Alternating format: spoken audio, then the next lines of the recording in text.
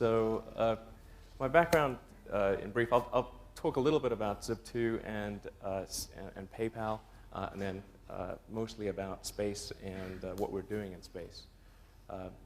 So I originally came out to California to do energy physics at Stanford, actually, and ended up putting, this is in '95, and ended up putting that on hold to start Zip2.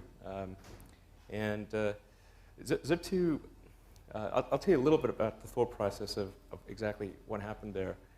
In '95, it wasn't at all clear that the internet was going to be a big commercial thing. In fact, most of the venture capitalists that I talked to hadn't even heard of the internet, which sounds bizarre, on Sand Hill Road.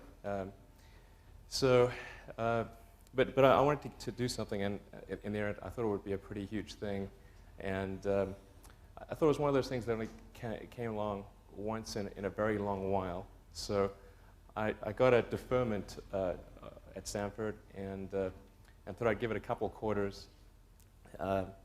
If it didn't work out, which I thought it probably wouldn't, then I'd come back to school. Actually, when I talked to my professor and I told him this, he said, "Well, I don't think you'll be coming back." And that was the last conversation I had with him. So, but there weren't a lot of ways to get. The only way to get involved with the internet in '95 that I could think of was to start a company, because there weren't a lot of companies to go and work for, apart from Netscape, maybe one or two others. So, and then I didn't have any money, so I thought, well, we've got to make something that's going to return money very, very quickly. So we thought, well, the media industry would need help converting its content from a print media to electronic, and they clearly had money. So if we could find a way to help them move their media to the internet, that would be an obvious way of generating revenue. There was no advertising revenue on the internet at the time. So, and that was really the basis of Zip2. And we ended up building quite a bit of software for the media industry, primarily the print media industry. So we had as investors and customers Hearst Corporation, Knight Ridder, most of the major US print publishers. We built that up, and then we had the opportunity to sell to Compaq in early '99, and basically took that offer. It was for a little over $300 million in cash, and that's a currency I highly recommend. We had that, but I wanted to do something more after Zip2. So post the sale, in fact, immediately post the sale, I didn't really take any time off. I was trying to think of where were the opportunities this is early '99, where the opportunities remained in the internet. And it seemed to me that there hadn't been a lot of innovation in the financial services sector. And when you think about it, money is low bandwidth. You don't need some sort of big infrastructure improvement to do things with it. It's really just an entry in the database. The paper form of money is really only a small percentage of all the money that's out there. So it should lend itself to innovation on the internet. So we thought of a couple of different things we could do. One of the things was to combine all of somebody's financial services needs into one website, so you could have banking, brokerage, insurance, and all sorts of things in one place. And that was actually quite a difficult problem to solve. But we solved most of the issues associated with that. And then we had a little feature which took us about a day. That was the ability to email money from one customer to another. So you could type in an email address, or actually any unique identifier, and transfer funds, or conceivably stocks or mutual funds or whatever, from one account holder to another. And if you try to transfer money to somebody who didn't have an account in the system, it would then forward an email to them saying, "Hey, why don't you sign up and open an account?" So, and whenever we demonstrate these two sets of features, we'd say, well, this is a feature that took us a lot of effort to do, and look how you can see your bank statement and your mutual funds and your insurance and all that. It's all on one page, and look how convenient that is, and people would go, well, ho-hum. And then we'd say, and by the way, we have this feature where you can enter somebody's email address and transfers funds, and they go, wow. So we we're like, okay. So we focused the company's business on email payments. And in the early going, the company was called X.com, And then there was another company called Confinity, which had actually also started out from a different area. They started out with Palm Pilot cryptography, and then they had as a demo application the ability to beam token payments from one Palm Pilot to another via the infrared port. And then they had a website, which was called PayPal, where you would reconcile the beamed payments. And what they found was that the website portion was actually far more interesting to people than Palm Pilot cryptography was. So they started leading their business in that direction.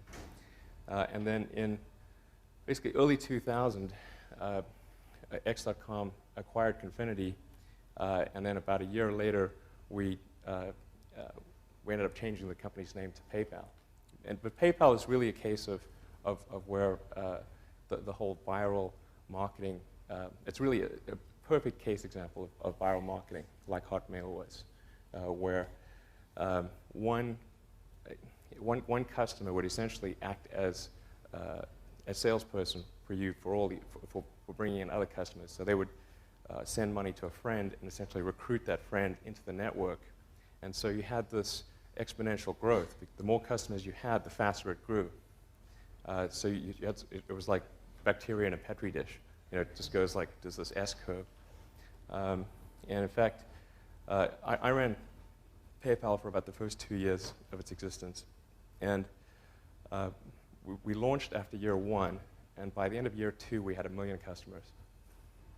So it gives you an it gives you a sense for how fast things grow in that scenario. And we didn't have a sales force. We actually didn't have a VP of sales. We didn't have a VP of marketing. And we didn't spend any money on advertising. About February of last year, for those, some of you are probably following it, in February of last year, PayPal went public. And I think we were the only internet company to go public in the first part of last year. It went off reasonably well. Although I think we had more SEC rewrites than any company I can imagine. I think we set a record on SEC rewrites. This was right around the Enron time and when there was all sorts of corporate scandals, so they put us through the ringer. And then shortly thereafter, in about June, July, we struck a deal with eBay to sell a company to eBay. For about $4.5 billion. But that was when eBay's stock price was about $55, and they hadn't split. So I guess in today's dollars, we were about $3 billion. So that worked out pretty well. In the first part of last year, I've been doing just some background research on space, and well, let me talk a bit about that. So, essentially, I was trying to figure out why we had not made more progress since Apollo. In the 60s, we went from basically nothing, not being able to put anyone into space, to putting people on the moon, and developing all the technology from scratch to do that. And yet, in the 70s and the 80s and the 90s, we've kind of gone sideways, and we're currently in a situation where we can't even put a person into low Earth orbit, and that doesn't really gel with all of the other technology sectors out there. The computer that you could have bought in the early 70s, would have filled this room and had less computing power than your cell phone. And so just about every sector of technology has improved. Why has this not improved? So I started looking into that. Initially I thought, well, perhaps it's a question of funding, and that funding can be garnered by really marshalling public support. So I thought, well, one way to get the public excited about space would be to do maybe a privately funded robotic mission to Mars. And so we figured out a mission that would cost about $15 to $20 million, which isn't a lot of money, but it's about a tenth of what a low-cost NASA mission would be. And the idea was called Mars Oasis, where we'd put a small robotic lander on the surface of Mars with seeds and dehydrated nutrient gel that would hydrate upon landing, and you'd have plants growing in a Martian radiation and gravity conditions. And you'd also be maintaining essentially a life support system on the surface of Mars. And this would be interesting to the public because they tend to respond to precedents and superlatives. And this would be the furthest that life's ever traveled and the first life on Mars, so pretty significant. And then when I started looking at launch vehicles, the lowest cost vehicle in the US is Boeing's Delta II, which costs about $50 million. And that's a bit steep, what we were trying to do. So I made 3 visits to Moscow, to Russia, to look at buying a Russian launch. It's actually pretty interesting going to Moscow to negotiate for a refurbished ICBM. If, you know, on the range of interesting experiences, that's pretty far out there. But we actually did get to a deal, but there were so many complications associated with the deal that I wasn't comfortable with the risks associated with it.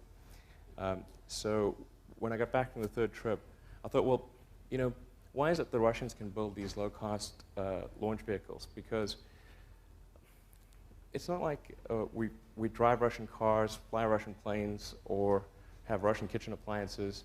And, you know, when's the last time you bought something Russian that wasn't vodka? So I think the US is a pretty competitive place, and we should be able to build a cost-efficient launch vehicle. So I put together a feasibility study which consisted of engineers that have been involved with all the major launch vehicle developments over the last 3 decades. And we iterated over a number of Saturdays in the beginning of last year to figure out, well, what would be the smartest way to approach this problem of not just launch cost, but also launch reliability. And we came up with a default design. And that actually, sort of fortunate timing, that feasibility study finished up right around the time that we agreed to sell PayPal to eBay. So coincident with that sale, I moved down to LA, where there's actually the biggest concentration of aerospace industry in the world. It's actually the biggest industry in Southern California, much bigger than entertainment or anything else. I was living in Palo Alto for about 9 years before that. So, just to talk a little broadly about space and where things are today. Obviously, US government manned exploration is not in a great place. We've got the 3 remaining shuttles are grounded. It looks like first flight might only be a year from now, if that. And we've got a vehicle that is incredibly expensive and really quite dangerous. It's, you know, for reasons mentioned there, it's got a side-mounted crew compartment, so if there's an explosion, it's basically instant death.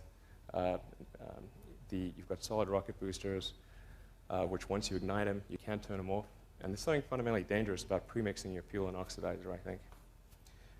And then you've got wings and control surfaces. When you re-enter, you've got to maintain a precise angle of attack. Even a momentary variance in that can break the whole vehicle apart. So, and then of course it's got no escape system. So if anything does go wrong, you're toast. And you've got a cost that is really pretty hard to fathom. The shuttle program, when you add up all the pieces, is about $4 billion a year. And so you can divide $4 billion by the number of flights, and that'll tell you what the cost is. And if there's, say, 4 flights a year, which they haven't been for a while, then you're talking about $1 billion a flight. The plans for the immediate future are obviously we've got to continue building the space station. So we're going to keep flying the shuttle, but I think it's probably going to be the minimum number of shuttle flights that we need to launch. The long-term plans are to build something called orbital space plane. And I say plane in quotes because one of the options is a capsule. So it should be called, you know, maybe orbital space thing. But the basic idea is to have something that's hopefully a little cheaper and a lot safer than the space shuttle. So in particular, it's going to have an escape system. So if something does go wrong, you can abort to safety. The downside is that while it might be a little cheaper, it's still going to be pretty darn expensive. The estimated cost per flight of orbital space plane is somewhere in the region of $300 to $400 million a flight. And of that amount, just $200 million alone goes to Boeing for the Delta IV Heavy expandable booster. It's a $15 billion development effort and expected to be completed in 9 or 10 years. Now, typically things have not been under budget and under time. So it's unlikely, I think, given historical precedent that it will stay within $15 billion and the 2012 timeline. And a bit about what's going on elsewhere in the world. In Russia, this is really, the Soyuz is our only access to space station. It's considerably cheaper, considerably safer. The Soyuz has a very good track record. The crew is top-mounted. It has an escape system. There are no wings or control surfaces to go wrong. Overall, it's a pretty good system. And the estimated costs are about $60 million a flight, which is more than an order of magnitude less than the space shuttle. The thing that constrains them, obviously, is the weakness of the Russian economy. It's very hard for them to embark on ambitious programs with an economy the size of Belgium. So China is probably the most interesting thing that's going on in space. This month, China is expected to be only the third. It's expected to launch their first person into space. They'll make them only the third country ever to put someone in orbit. They've put a lot of money and effort into this program. If anything serves as a spur for human space exploration, it is likely to be China's ambitions in space, and hopefully a sense in America that we want to at least keep up with China. And they have grand ambitions beyond just low Earth orbit. They're planning on setting up a space station, putting a base on Mars, and eventually sending humans to Mars. So what's happening in the US that I think might ultimately surpass all of that stuff is entrepreneurial space activities, where things are led by the spirit of free enterprise. And I think there's perhaps an analogy here where just as DARPA served as the initial impetus for the internet and underwrote a lot of the costs of developing the internet in the beginning, it may be the case that NASA has essentially done the same thing by spending the money to develop some of the fundamental technologies in the beginning, and then once we can bring sort of the commercial free enterprise sector into it, then we can see the dramatic acceleration that we saw in the internet. So there are several serious launch vehicle efforts underway. I'll talk about each one. There's Burt Rutan of Scaled Composites. Burt Rutan is one of the world's foremost aircraft designers, and he's developed a suborbital vehicle that they're actually flying out of Mojave. And this is an X-Prize class vehicle. There's John Carmack, who wrote Quake and Doom. He's probably one of the best software engineers in the world, one of the best engineers that I know, period. And he's developing a vertical takeoff and landing vehicle. Jeff Bezos, who I understand was here last week, is a huge space advocate. And it's my understanding that he intends to spend something on the order of $1 billion over the next 20 years on space exploration. And then my company, SpaceX. And I think within the next several years, these entrepreneurial efforts will actually be what drives space exploration. That's a picture of the Burt Rutan effort. It's called White Knight is the carrier plane, and then Spaceship One is the thing that's held in the belly there. And this project is supposedly funded by Paul Allen. So there's quite a lot of capital also, I should make that point, quite a lot of capital that's sort of entering this entrepreneurial space sector as well. The only drawback, I think, of this architecture is that it's not really scalable for something that would get to orbit. This is pretty good for suborbital, but I think the architecture would need to change for an orbital vehicle. And there's John Carmack's effort. He's a little irreverent. This is from his website. His vehicle is a vertical takeoff and landing vehicle. He's made really incredible progress for somebody who has no background in aerospace engineering and is also kind of doing it all himself with him and like 3 buddies. And I think they will make something that works. Actually, if you can check out their website, Armadillo Aerospace, it's pretty interesting stuff. But in order to get to orbit, this would require a substantial improvement in the mass efficiency and the engine efficiency, and probably be a 2-stage vehicle. Jeff Bezos, who I'm sure almost everyone here is aware of. He is a pretty huge fan of space. In fact, his high school valedictorian speech was about the necessity of humanity expanding to other planets. So it's pretty important to him, from what I understand. This is our effort. We're spending quite a bit more than the 3 prior entities that I mentioned. In some cases, probably an order of magnitude more, because what we're doing is really an order of magnitude more difficult. We're building an orbital launch vehicle. It's a 2-stage, very high efficiency engines, very high mass efficiency launch vehicle. And it's targeted to the satellite delivery market. So our approach is really to make this a solid, sound business. And so I've predicated the strategic plan on a known market, something that we know for a fact exists, which is the need to put small to medium-sized satellites into orbit. And so that's what we're going after initially. And then with that as kind of a revenue base, we will move into the human transportation market. So the long-term aims of the company are definitely in human transportation. But I think the smart strategy is to first go for cargo delivery, essentially, satellite delivery.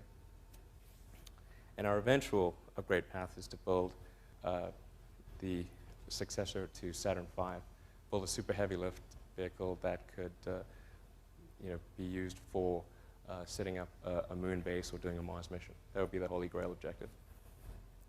On the upper right there, you can see a test firing of our engine. And on the lower right, you can see our first stage tank. This is an engine test of our main engine, which is called Merlin.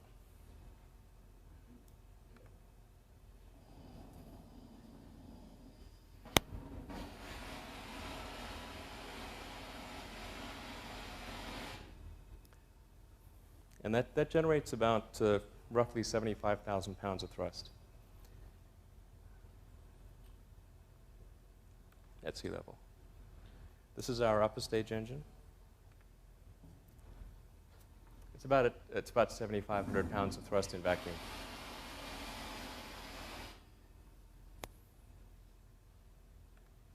And this is an accelerated version of our launch sequence.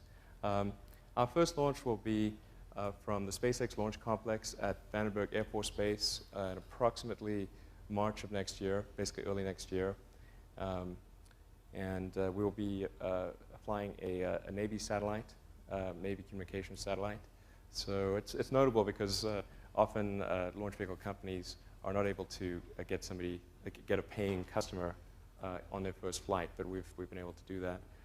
This is also the Falcon development at SpaceX is the fastest launch vehicle development in history, including wartime.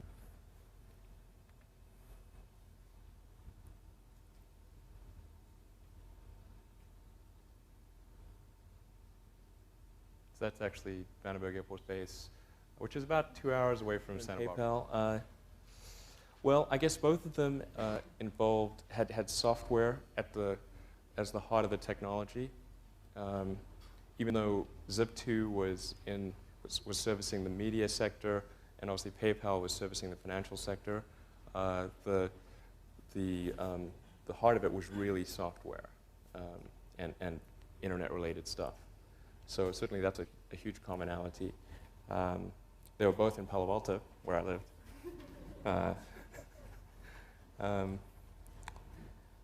I think we took a similar approach to building both companies, which was to have a small group of very talented people and keep it small. I think PayPal had at its height probably 30 engineers for a system that's, I would say, is more sophisticated than the Federal Reserve clearing system. I'm pretty sure it is, actually, because the Federal Reserve clearing system sucks. So what else is there? It generally, I think the way both Zip2 and PayPal operated was really your canonical Silicon Valley startup. Pretty flat hierarchy. Everybody had a roughly similar cube, and anyone could talk to anyone. We had a philosophy of best idea wins, as opposed to the person proposing the idea winning because they are who they are. Even though there were times when I thought that should have been the way it goes.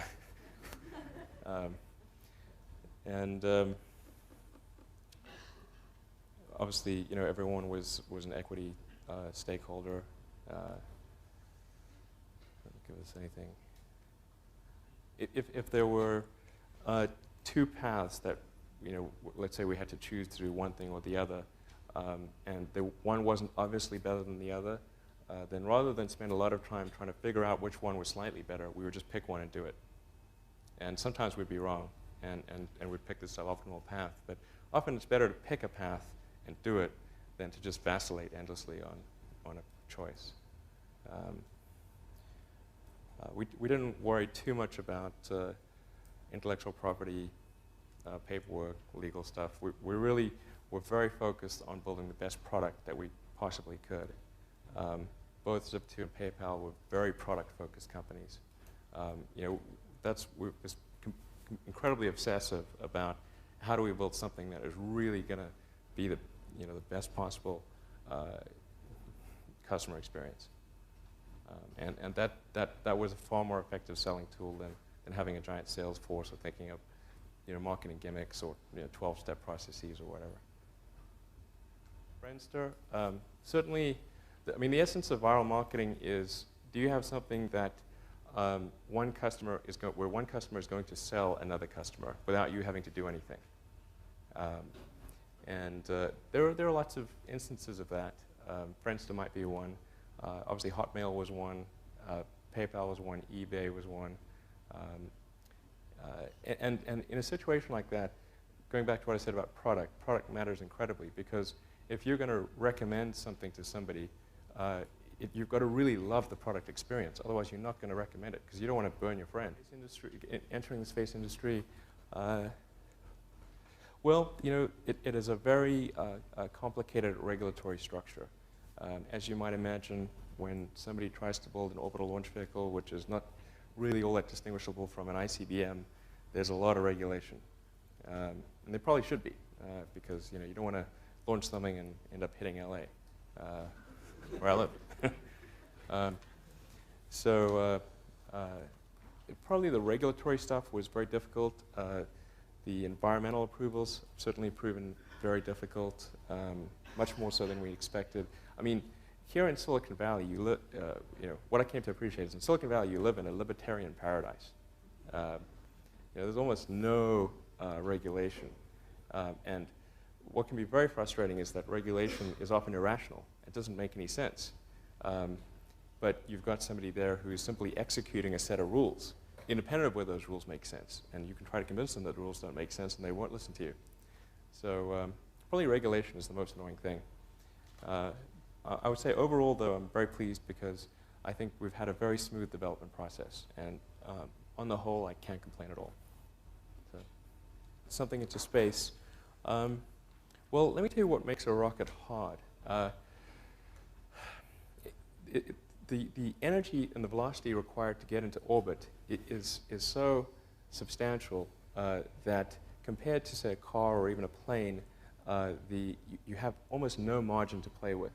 Typically, a launch vehicle will get about 2% of its liftoff mass to orbit. So, and that's the case for Falcon. And so if you can only get 2% of what your rocket weighs to begin with to orbit, if you're wrong by 2%, you're not going to get anything to orbit. Come crashing down in the Pacific somewhere. That means all of your calculations have to be right. If you miscalculate something, you get an answer wrong, it blows up. And it's very expensive trying to get all your answers right, and then double checking that they're right, and testing them all, and doing as much as you can on the ground. I think that's a lot of what makes rockets expensive.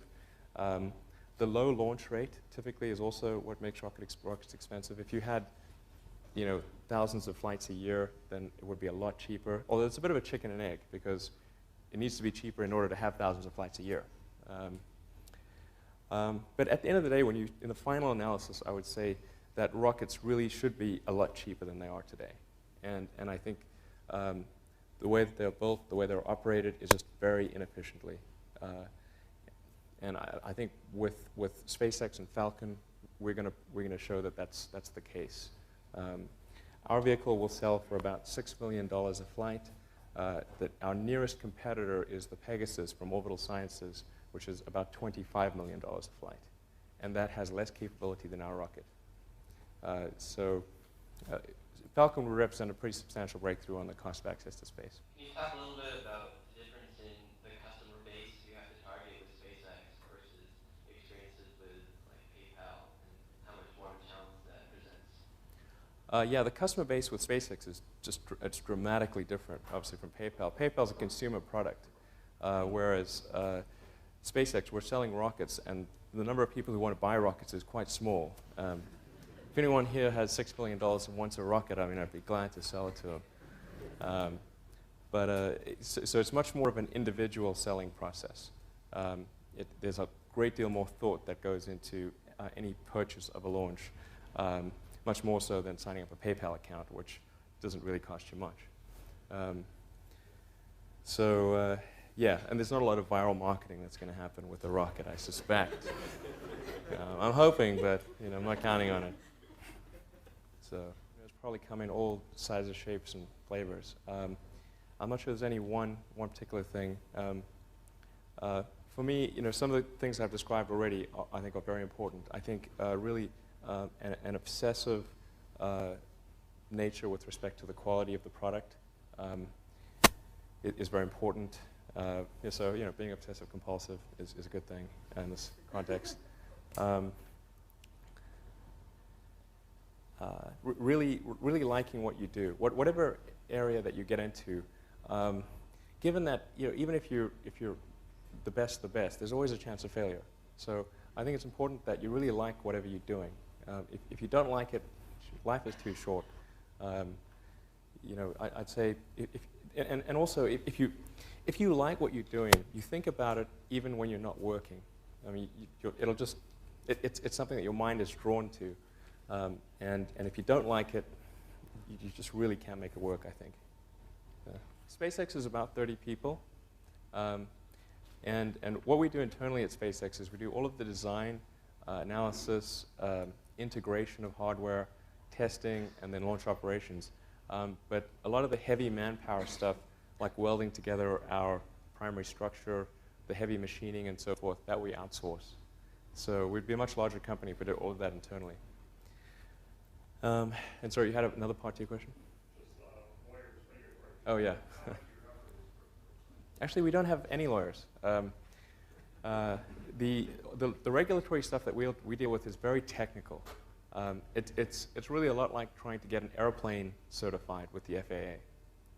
We're just getting a rocket certified. So our documentation is very.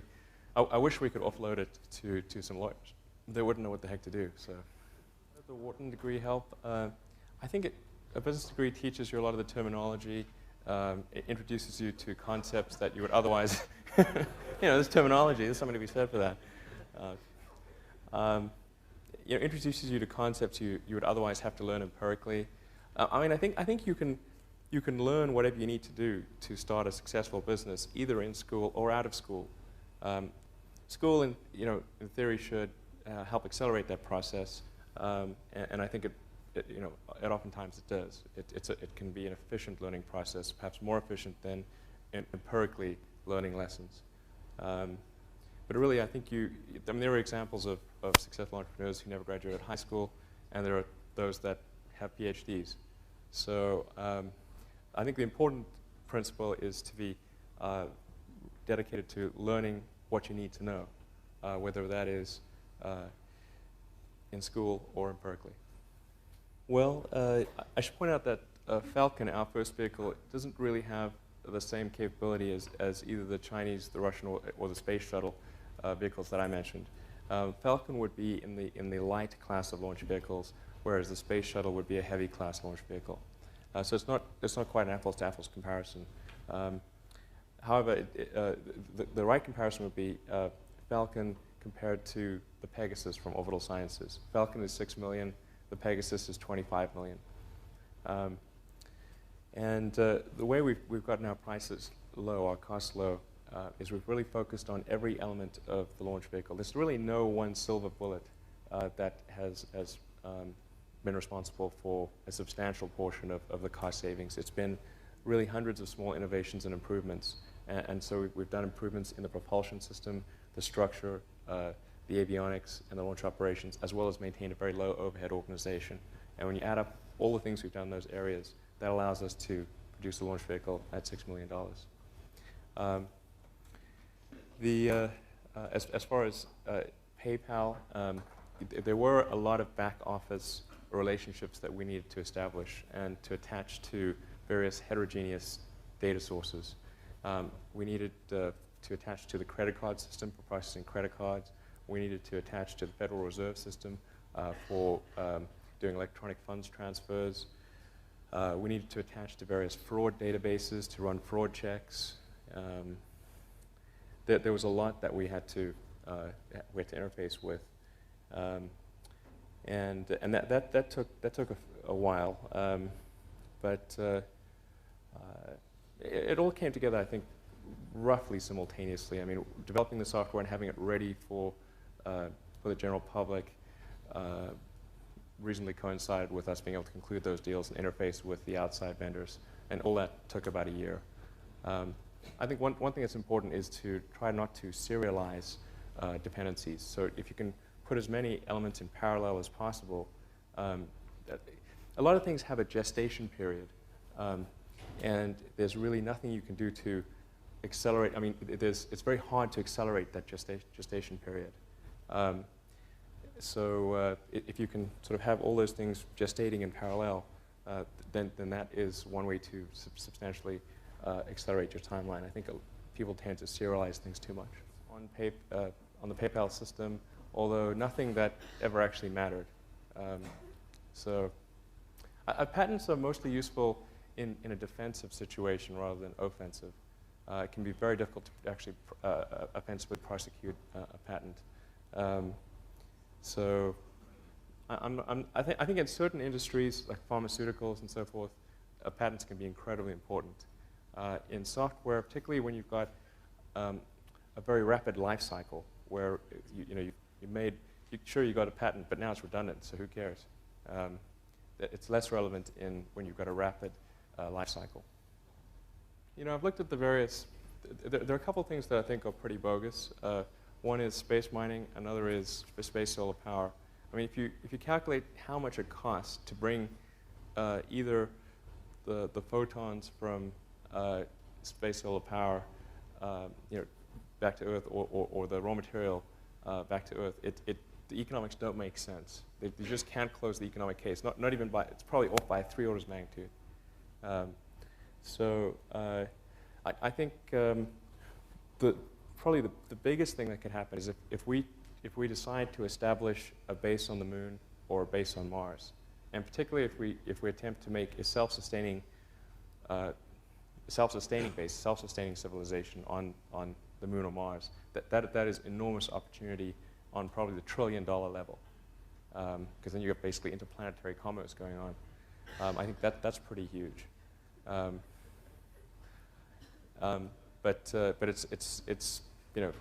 it's not going to be space solar power. It's not going to be space mining, I think.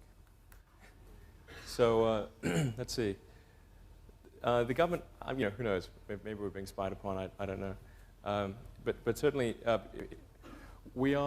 there are some restrictions which are really annoying, such as the fact we're only allowed to employ people who have at least a green card or are a citizen of the U.S. We're not allowed to employ anyone who does not have permanent residency in the U.S. Basically, if they can't throw you in jail, they won't let you work on rocket stuff. We have, if we talk to any foreign nationals, we need a technology transfer agreement or something like that from the State Department.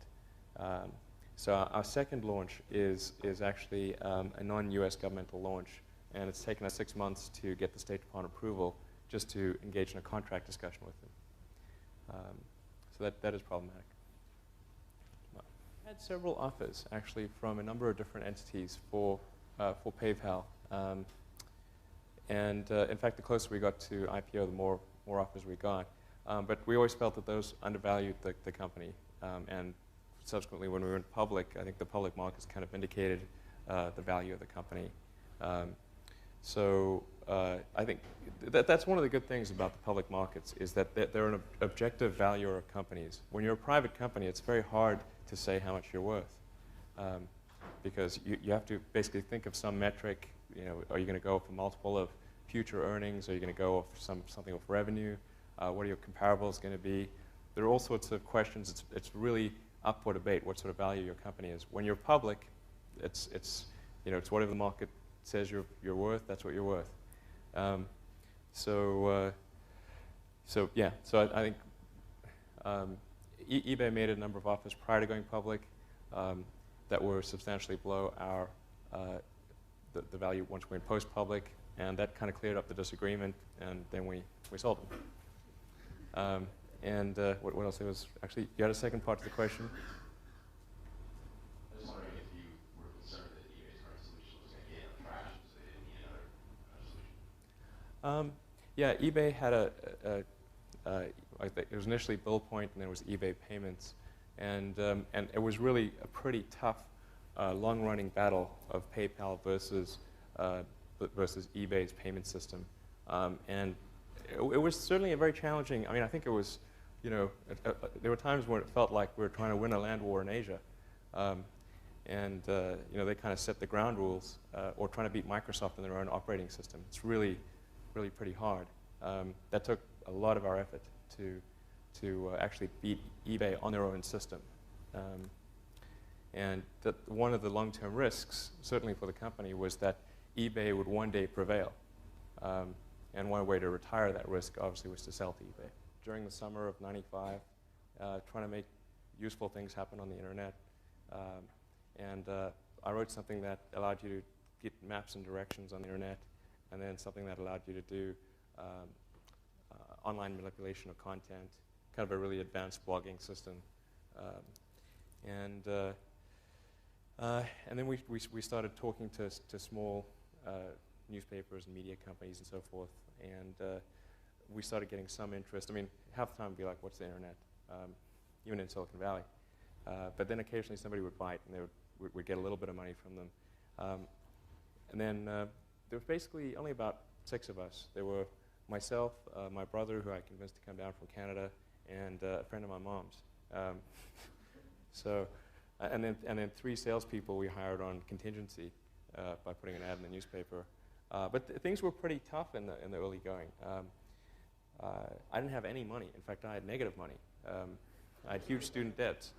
So, in fact, I couldn't afford a place to stay and an office. So I rented an office instead, because I got a cheaper office than I could get a place to stay. And then I just sort of slept on the futon and showered at the YMCA on Page Mill in El Camino.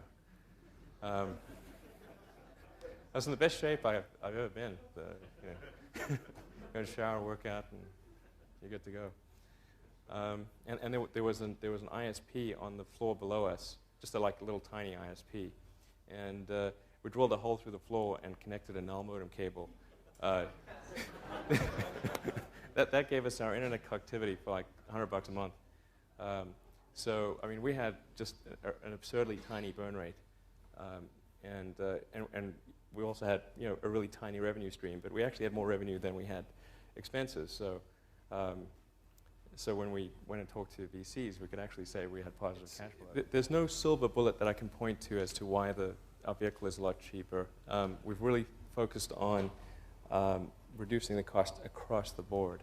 I mean, for one thing, our overhead in a 30-person company is, an order of magnitude less than it is in Lockheed or Boeing, just for starters. So even if we did everything the same and built the same launch vehicle, we'd be considerably cheaper. And then every decision we've made has been with consideration to simplicity. And the reason for simplicity is because that both improves the reliability as well as it reduces your cost. If you've got fewer components, that's fewer components to go wrong and fewer components to buy. I think there's a fairly significant innovation in our airframe, which is semi-pressure stabilized monocoque with variable skin thickness and a common bulkhead, if you know what that means. I would need a diagram to explain it all. But the net result is that it's very cheap, and it's very mass efficient, and I think easy to test and quite reliable. Our avionics system, to give you another example, our avionics system, we use an Ethernet on the vehicle to communicate. That may not sound like a great innovation, but it is in launch vehicles. All the other launch vehicles communicate in the vehicle by these serial cables that run the entire length of the vehicle. And so you've got these giant copper bundles as thick as your arm running up and down the vehicle. It makes it heavy, and it makes it expensive, and there's things like that which, when you add them all up, it makes a huge difference. So, good question. That's a good question. No, I would not. I think SpaceX is not. This is advanced entrepreneuring, and it may also. I can't tell you how many people have said that. The fastest way to turn, the fastest way to make a small fortune in the aerospace industry is to start with a large one. Hopefully that doesn't work out. But I would definitely. I think space is a tough one for first-time entrepreneurs. You're better off starting with something that requires low capital, and space is a high capital effort. Sorry, last question.